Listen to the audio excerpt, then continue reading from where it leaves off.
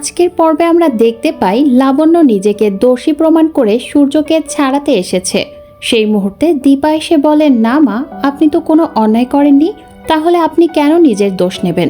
হ্যাঁ মা। এরপরে লাবণ্য বলে, তুমি এখানে কেন? দীপা সেই উত্তরে দীপা বলে, আমি না আসলে যে সত্যি কথাটা জানতে পারতো না। আরেকটি কথা, মিশকা এখনো বেঁচে আছে। তখন এই কথা শুনে পুলিশ অফিসার বলে, আপনার কি পুরো মাথা খারাপ হয়ে গেছে নাকি? কি সব ভুলভাল বলছেন? আপনারা কি শুরু করেছেন? এক সময় শাশুড়ি এসে গল্প দিচ্ছে, তো কোনো সময় বৌমা এসে মন গড়া গল্প বলে যাচ্ছে। আপনাদের সমস্যাটা কি? আপনারা কি শুরু করেছেন?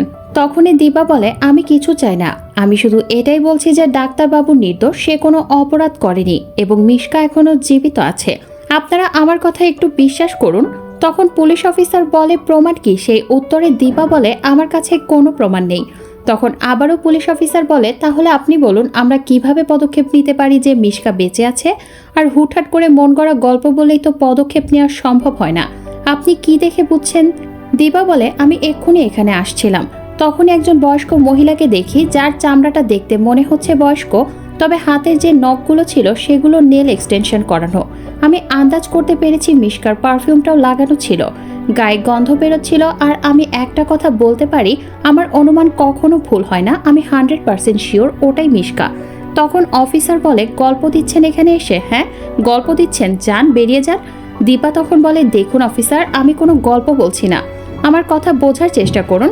আপনাদের বিশ্বাস করতে অসুবিধা থাকতেই পারে, এটা স্বাভাবিক, তবে আমাকে একটু আপনার সাহায্য করুন।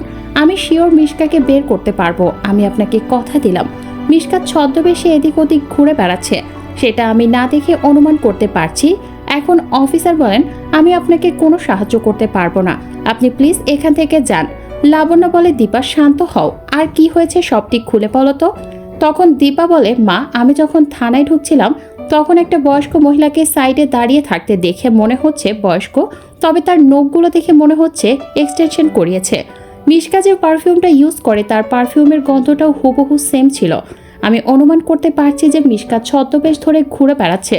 তখন লাবণ্য বলে, কিন্তু আমাদের হাতে তো কোনো তথ্য প্রমাণ নেই। তুমি দেখছো ঠিকই, কিন্তু তোমার দেখাটাকে তো বিশ্বাস করতে চাইছে না কেউ। তখন দীপা বলে, সবটাই বুঝতে পারছি, কিন্তু যেটা হচ্ছে সেটা কোনোভাবে ভালো হচ্ছে না।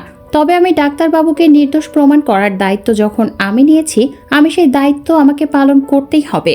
এইসব কথা শুনে লাবণ্য অফিসারকে বলে, দীপা যখন বলছে এটা মিথ্যা হতে পারে না, অবশ্যই এর মধ্যে রহস্য লুকিয়ে আছে, আপনারা দয়া করে আমাদেরকে সাহায্য করুন। তখন অফিসার বলে, তাই নাকি? এখন আপনাদের সব কথা আমাকে শুনতে হবে? কি ভেবেছেন আপনারা? আপনি সমস্ত অন্যায় করবেন আর আমি সকল কথা মেনে নেব? আর বেশি কথা বলে একদম আপনাকেও জেলে ভরে দেব বলে দিলাম। সেই উত্তরে দীপা বলে, আপনি চাইলে সবই করতে পারেন, আপনি যেমন ঘাসে মুখ দিয়ে চলেন না, তেমনি আমিও ঘাসে মুখ দিয়ে চলি না। এখন জোর করে আপনি সবকিছু প্রমাণ করার চেষ্টা করবেন, কিন্তু বাস্তবটা যে অনেক কঠিন সেটা আপনি কোনোভাবেই মেনে নিতে পারছেন না, এটাই। ভিডিওটি ভালো লাগলে লাইক, কমেন্ট, শেয়ার করুন। ধন্যবাদ।